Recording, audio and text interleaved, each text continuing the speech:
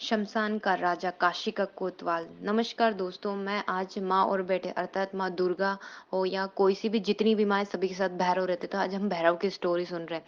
दोस्तों, जो भैरव है वो काशी हिमालय पे भी रहते हैं, मतलब हर जगह, शमशान हो या हिमालय हो, वो शिव के ही अंश है और शिव के गणों में सबसे श्रेष्ठ गण है। उन्हीं के बारे में हम बात कर रहे हैं। तो दोस्तों, ये सहज ही 64 योगिनियां इनके साथ रहती, तो उनकी कृपा आप पे आसानी से हो जाती है। और दोस्तों, ये भूमि के देवता खेड़ापति इनको बोल सकते हैं, द्वारपाल आप भी बोल सकते हैं, क्योंकि काशी के भी कोतवाल इनको माना जाता है।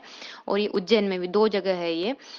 इसके बाद में दोस्तों, इनको भोग जो लगता है वो सात्विक और तामसिक दोनों रूप से लग सकता है, जिसमें खीर पूरी रसगुल्ला लड्डू इत्यादि आप जलेबी आप चढ़ा सकते हैं। और इनका जो अवतार की है, जैसे सबसे पहले बटुक भैरव है, काल भैरव, स्वर्ण आकर्षण भैरव है, ये बहुत सारे भैरव है जो बहुत फेमस है और इनकी पूजा अधिकतर लोग करते हैं। इनका जो वर्णन आता है स्कंद पुराण में आता है, रुद्र यामल तंत्र में आता है इनका।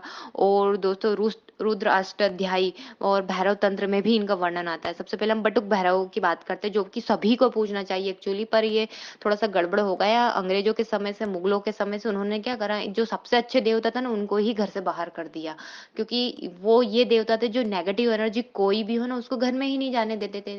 ये दिल से ही बाहर कर देते, तो उन्हीं को सबसे पहले बाहर कर दिया। तो अब स्वाभाविक है, हर कोई तंत्र या चपेट जिसमें आ जाता है, स्वाभाविक।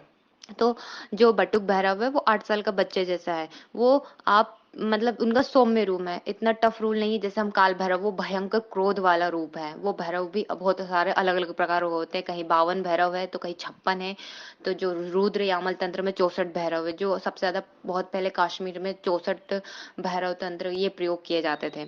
दो दोस्तों, ये जब इनका अवतार के बारे में माना जाता है कि शिव के अंश तो है ही, पर कब हुआ था, तो ब्रह्मा जी की जब मति फिर गई थी, उस मति को उन्होंने धर्म का मर्म समझाने के लिए इनका अवतार लिया था। और फिर इन्होंने भैरव का रूप लिया। और ये सबसे ज्यादा सभी काम करते, भरण पोषण सभी विश्व का। और वैसे ये इनके हाथ में इनकी 4 भुजाएं होती है, त्रिशूल, खड़ग, खपर और नरमुंड की इनकी माला होती है। और दोस्तों, कलयुग के सबसे प्रभावी देवी देवताओं में आते हैं, और जिनकी पूजा करने से भूत प्रेत कोसों दूर रहते हैं। इनकी आप इनको कृष्ण पक्ष की अष्टमी पर आप पूजा कर सकते हैं, ये इनकी फेवरेट होती है, क्योंकि शुक्ल पक्ष में पक्ष की अष्टमी होती है वो माँ दुर्गा की रहती है, और कृष्ण पक्ष की स्पेशल भैरव की रहती है। और शुक्रवार और रविवार के दिन भी आप कर सकते हो, मतलब इस दिन उनके नाम से आप कुछ ना कुछ उन पे चढ़ा सकते हो। और जो अष्ट भैरव होते हैं वो खास रहते हैं, वैसे तो इन जितने भी भैरव रहे।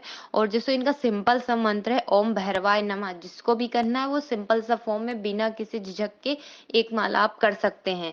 और फिर उसके बाद आपको चेक करना पड़ेगा कि हमारी बॉडी पे सूट हो रहा है कि नहीं हो रहा। मतलब आप मतलब 7 से 15 दिन चेक कर सकते हैं कि क्या इफेक्ट आया, अच्छा हुआ, नेगेटिव हुआ, पॉजिटिव हुआ, उस हिसाब से बाद में फिर इसको कंटिन्यू करना है। डायरेक्ट नहीं करना है कि एक 3 माला कर ली, 5 माला कर ली, ऐसे नहीं, एक एक करके करना है।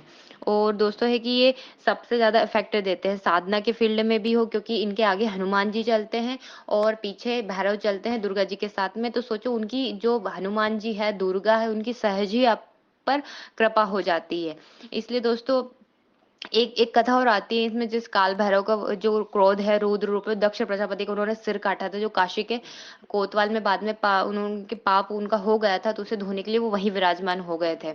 और जो भैरव बाबा को पूजता है आजकल भी, वो सिद्धियां सहज ही कर लेता है और भूत प्रेत उससे दूर रहते हैं। और कुंडली में भी राहु केतु शनि मंगल से रिलेटेड जो भी पापी ग्रह या पाप कुंडली में इफेक्ट ज्यादा है, तो उन उस चीज में भी यहाँ जो पापी ग्रह है उनसे मुक्ति दिलाते हैं।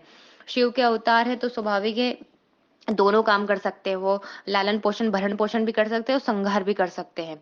और इनको इनके साथ बहुत सारी शक्तियां सहज ही रहती है, अच्छी भी रहती है। और ये इनकी सेवा में भूत प्रेत शमशानी शक्तियां ज्यादा रहती है। और दोस्तों, ये जागृत देवता है, हनुमान भी है वैसे ही भैरव भी है। इसीलिए भैरव की पूजा स्पेशल हो जाती है, सभी को करना चाहिए, बोलना नहीं चाहिए। पर अंग्रेजों के समय से जो बाहर निकाले ना, उनके जगह दूसरे देवता हमारे घरों में बिठा दिए।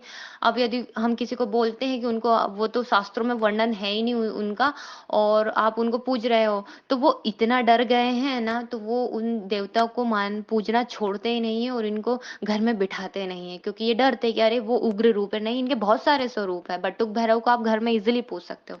धन्यवाद दोस्तों।